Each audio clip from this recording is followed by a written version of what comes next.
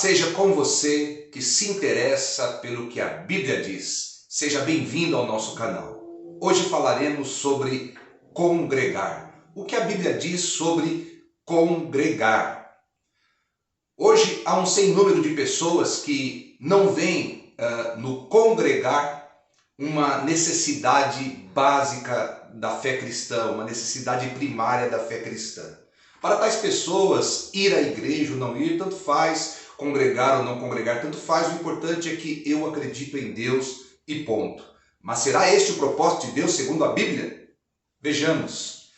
O modelo que hoje a igreja segue de reunir-se para adorar a Deus vem lá do Velho Testamento, quando Deus orientou Moisés a construir o tabernáculo e ordenou que as tribos se acampassem ao redor do tabernáculo para que Deus estivesse no meio do povo. Então, ali o povo se reunia em torno do tabernáculo para celebrar as festas que Deus havia ordenado, por exemplo, a festa dos tabernáculos, a festa das colheitas, a própria festa da Páscoa, ou seja, nas festas que Deus havia determinado, o povo sempre se ajuntava no entorno do tabernáculo, não dentro, mas no entorno, para adorar ao Senhor.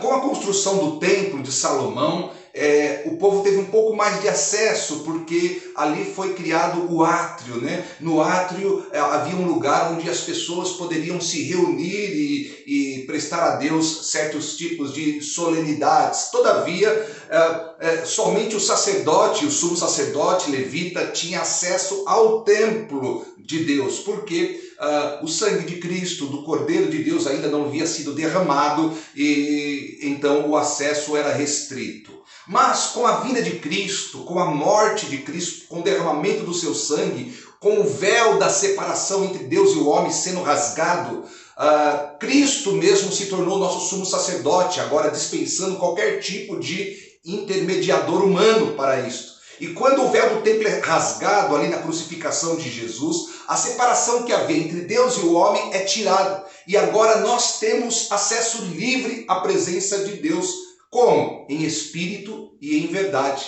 Tanto que antes de Cristo vir, o único local de adoração era Jerusalém. Mas depois da morte de Cristo, qualquer lugar do mundo pode haver um grupo de pessoas que adore a Deus e ali Deus estará presente.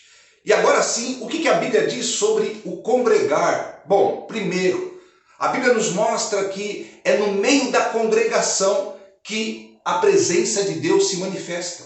Mateus capítulo 18, versículo 20, Jesus disse assim: onde estiverem 2 ou 3 reunidos no meu nome, ali estarei eu no meio deles. Então você pode ter certeza que quando a igreja está reunida, Jesus está presente no meio da igreja. E o que não pode acontecer em nossas vidas se Jesus está no meio da igreja?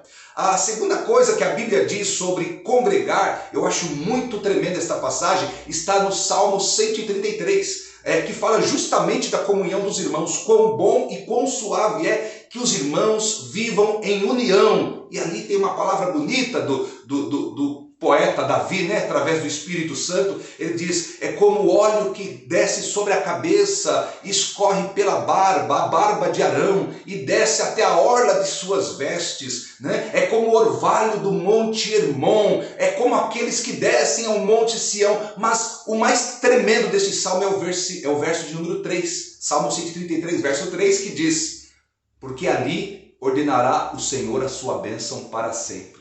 Onde que Deus ordena a bênção? Deus ordena a bênção na comunhão dos irmãos. Olha a importância de congregar. Deus não criou você para ser um eremita, não criou você para ser aquele monge isolado lá no alto da montanha, não. Deus, o propósito de Deus na igreja é que todo aquele que crê nele viva em constante unidade e comunhão. Olha a importância. Quando nos congregamos, ali o Senhor está ordenando a bênção sobre nossas vidas. É também no meio da igreja que Deus opera maravilhas. Por exemplo, no grande dia de Pentecostes, no livro do Atos dos Apóstolos, capítulo 2, a igreja estava reunida. Não estava 1, não estava 2, não estava 3, haviam ali 120 pessoas. que presenciaram aquele momento que marcou oficialmente o nascimento da igreja na terra. Em Atos ainda, capítulo 4, versículo 31, a Bíblia diz que depois que todos reunidos oraram a Deus, moveu-se o lugar no qual estavam reunidos e todos foram cheios do Espírito Santo e cheios de ousadia para anunciar a palavra de Deus. Então veja quantos benefícios há no congregar, né? Então ali o Senhor ordena a bênção para sempre, Jesus está no nosso meio enquanto estamos congregando, o Espírito Santo é derramado, nós somos cheios desse Espírito para continuarmos sendo testemunhos de Cristo na terra. Mas mesmo naquele tempo, naquela época, havia já algumas pessoas que estavam começando a abandonar a congregação.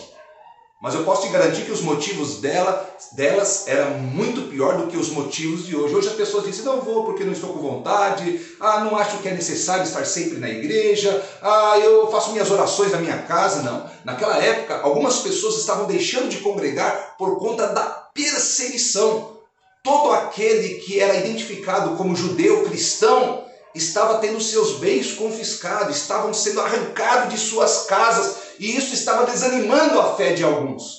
Mas mesmo para estes, o conselho do Espírito Santo, através de Hebreus, capítulo 10, versículo 25, não deixando de congregar, como é costume de alguns. Veja bem, mesmo mediante tamanha perseguição, o conselho do Espírito Santo não deixem de congregar, como já está sendo costume de alguns.